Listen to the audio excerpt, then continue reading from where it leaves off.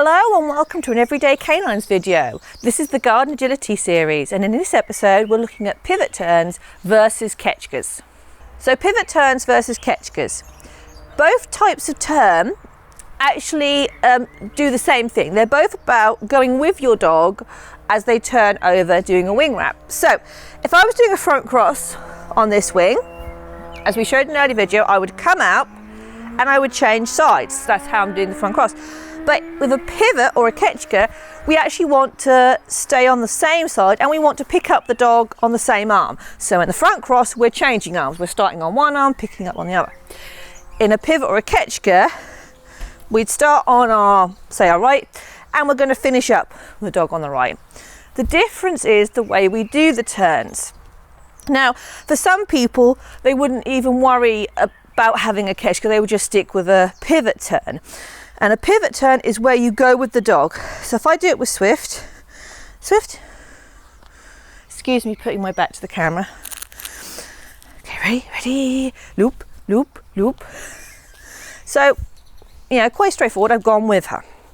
Good girl.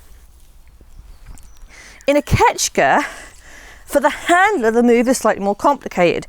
So in a Ketschker, as I'm coming up to the jump, as I would be doing my pivot, I actually start to turn my body, so I begin to face the other way. It's almost like a front cross again. So on my pivot, I was going with her, drawing the line.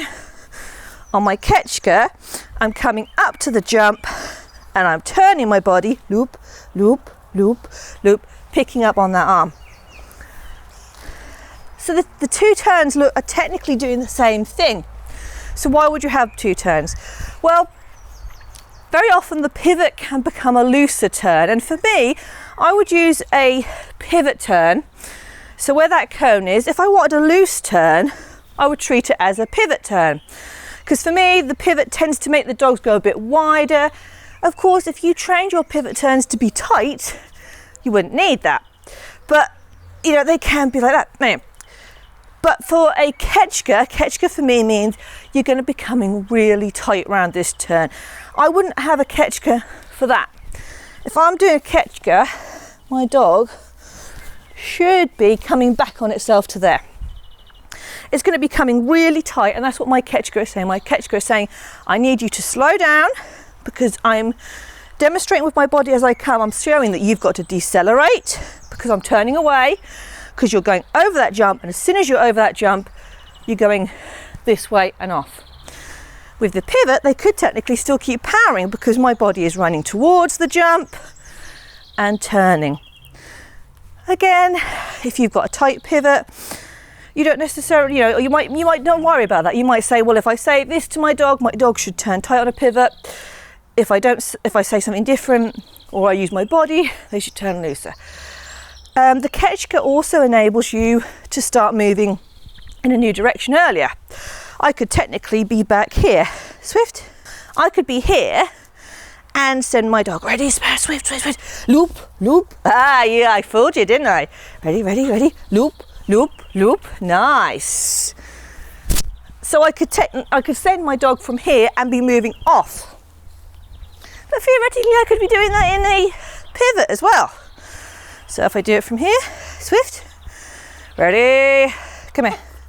Yeah, loop, loop, loop. So you see, there's sort of a debate about whether you need both. Personally, I like both. I like having my pivot for when I'm doing that loose, and I like having my Ketschker for when I want tight. It's a clear difference to the dogs. So that's your two turns about what they do. And now I'm going to show you how to, okay, so your pivot, quite easy to teach this one. So if you've been doing I'm going to go the other side of the jump now so you can see me a bit better. If you've been teaching your wing wrap cues, you might have been teaching them from quite a static position like this. Check, check. Yes, Swift, you're not doing a roundabout. Can you see she's not quite worked out what that is? Come here. Swift. Okay, check, check, check, good girl. So if you're doing that from quite a static position and you've been doing that quite regularly, then it doesn't take much to add in the arm. Swift, ready, Come here. Nose. Thank you. Check, check, check, check. And you can see, I know, Sparrow, you want to do something. You can see that already she's doing the pivot. Come here, Sparrow, you can do it as well. You can demonstrate the Ketschkers. So you probably don't need to do much to add in a pivot turn if you've been doing that. If you haven't been doing that, now's the time to start doing it. Again, you just would have your dog on the leg you're expecting them to turn on and just start turning your body with them and have a toy out if necessary. So quite quickly, you're going to end up with a dog that turns like that just on your arm. As I say, because I like my pivots to be quite loose and I can be quite vague with my pivot. I think any point from about there to sort of around there, so in that sort of bracket, for me would be a pivot. So I'm not too fussy about where they're coming because it's a loose turn for me. Ketschkers. So they're going to be slightly difficult, harder to chain. And I'm going to go back that side because it's easier for you to see what I'm doing with my body. And I'll be honest, I really struggled with Ketschkers for a long time. There are a couple of ways you do Ketschkers. So, way one, which was the way I was originally taught, and this was the way I really struggled with in the sense I couldn't get Sparrow, who's always been my problem child dog, we couldn't do it. But to be fair, Merlin, my older agility dog, he couldn't do it either this way. The way they do it is you start, as you're coming up to your jump, you've got your dog on your drive arm. So the same side as the dog. As you come to the jump, you would be turning your body and changing arms. So the dog is coming on this side, your body is changing, your feet are turning to go the way you're going to go in a second. You switch arms, you use that arm to send the dog over the jump, and you pick up on this arm. And I was taught that if you imagine you've got a ball, I got this in my hand, you imagine you've got a ball to switch behind your back. So as you're coming up to that jump, you switch. Now you've got the dog on the opposite arm. For whatever reason, I really struggle with this. I mean, people do this all the time and they do it beautifully. I, for some reason, could not do this. I could not do this with Sparrow. We couldn't get it. We would get there. I'd have my arm and then I'd start to change and she'd move off. And it was just nightmarish. It just didn't work. We just couldn't get our heads around it. So I then moved to a different type of Ketschker, which is based on Susan Garrett handling. And this one I can do. And this is where you don't use your off arm. You would have your dog on your drive arm. And again, as you're coming to the jump, your body's turning to say to the dog, when you're coming around that wing, we're going in that direction. So you're giving them all this visual cue that they're moving off. But the dog stays on this arm. So as the dog's going over, go over on loop, loop. You're determined to go around that. They're going over on this arm, picking up on this arm. So it's a one arm Ketschker. Should we try that with actually demonstrating? Sparrow. Swift, if you can just go over here a second. Can we go over here? Good girl. Wait there. Swift, Sparrow. Sorry, I did say your name. Wait, Sparrow. Okay, ready? Ready? Loop, loop, loop. Yes, good girl. So Sparrow can do that one. Good girl, that was very good. You didn't really stay in one place. Good girl. Now, the reason a lot of people switched from doing it on one arm to two arms is because this is what can happen. People hold too long on this arm, the dog gets round, and they're already around the wing, and they suddenly go, whoa, like that. So let me show you if I do it too late. So you hold too long on this arm, ready, loop, loop, loop, oh!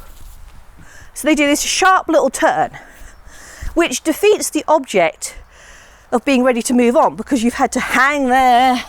You might as well have done that as a pivot. If you're going to do like that and hold it for so long, you might as well have done a pivot. If you're going to do that, you're not gaining anything from doing a tight turn and it's all faffy and it's jerky.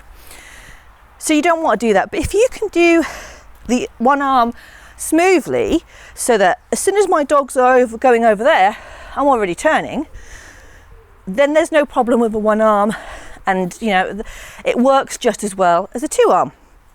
So the first thing we've got to think about when teaching a Ketschker is the fact that our body position is going to be different. So when we were teaching the pivot, it was really quite simple for the dog because the dog was following our body motion. There was nothing with the dog to cause complication.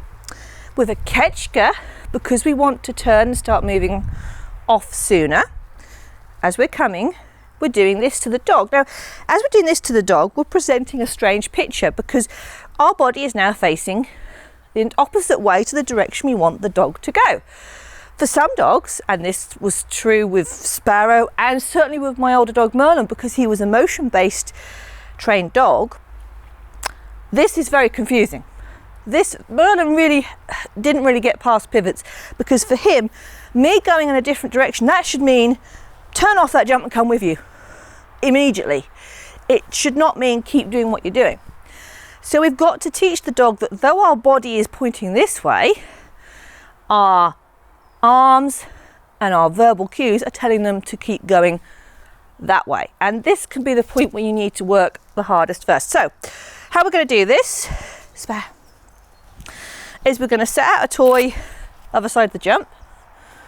That could be a bit further than that. That's a bit rubbish, wouldn't it? Okay, Spare, come in. And we're going to make sure she can see it. And then I'm going to release her to it. Go get it. So that she's got now she's seeing that my body's going that way, but it's okay for her to go the opposite way. And get the toy, yes. Okay. Yeah, is that easy? It's such easy. So we can start to build in the picture of what our final catch is going to look like. If we were going to do the Ketschker on a 2-arm, we'd be using that arm. I'm do my Ketschker on a single arm, so I'm going to use this arm. And with a closed fist, because it's collection, I'm going to say, go, get it. And already we're building up that picture. So now we've started to get the fundamentals, and obviously that would take you take as long as you needed to see your dog doing that confidently. Now what we're going to do is we'll be side on to them.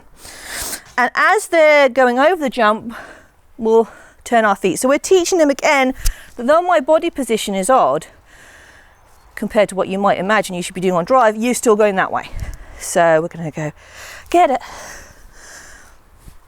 So I'm turning that way and it doesn't take much. Now, if you've got a dog that isn't confident with this, you may find that just by standing this way, your dog goes, I can't do that. I've got to come with you. So again, you work on that level.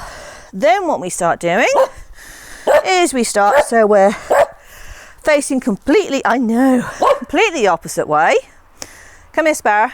Now I want her to run past me and see me doing it. So I want you to be there. Sit, sit.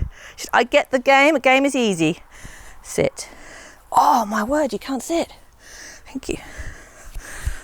So this time, as I'm sending her, I'm going to turn my whole body around. Go get it.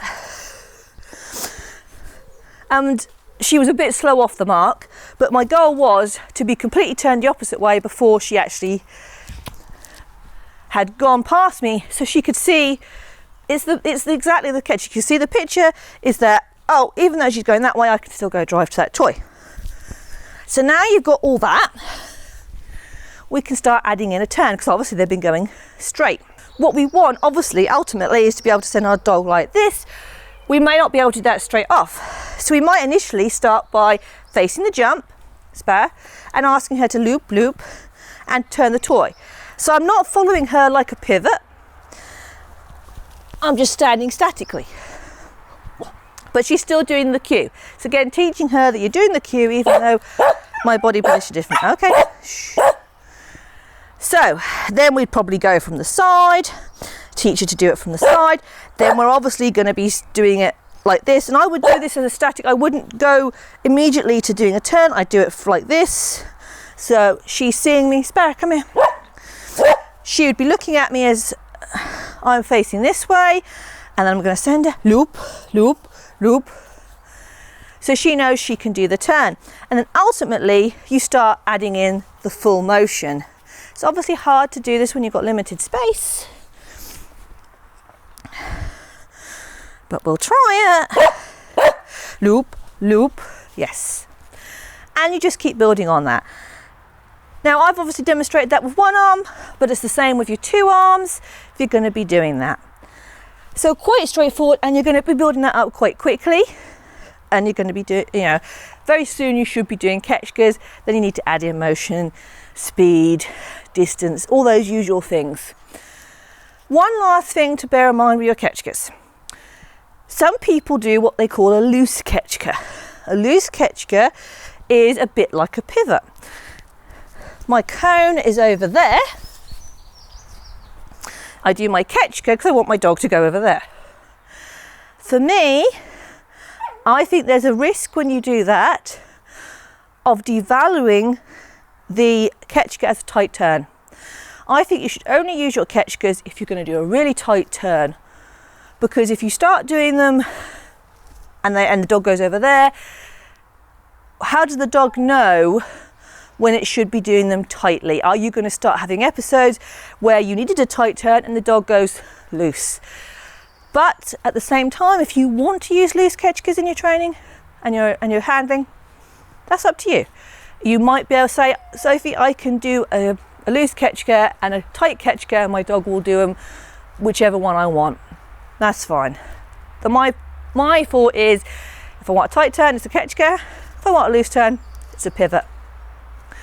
I hope you've enjoyed this Everyday Canines video, and I hope we see you again soon. If you want to, you can like our Facebook page, subscribe to our YouTube channel, and even follow us on Instagram. Take care, and we hope to see you very, very soon.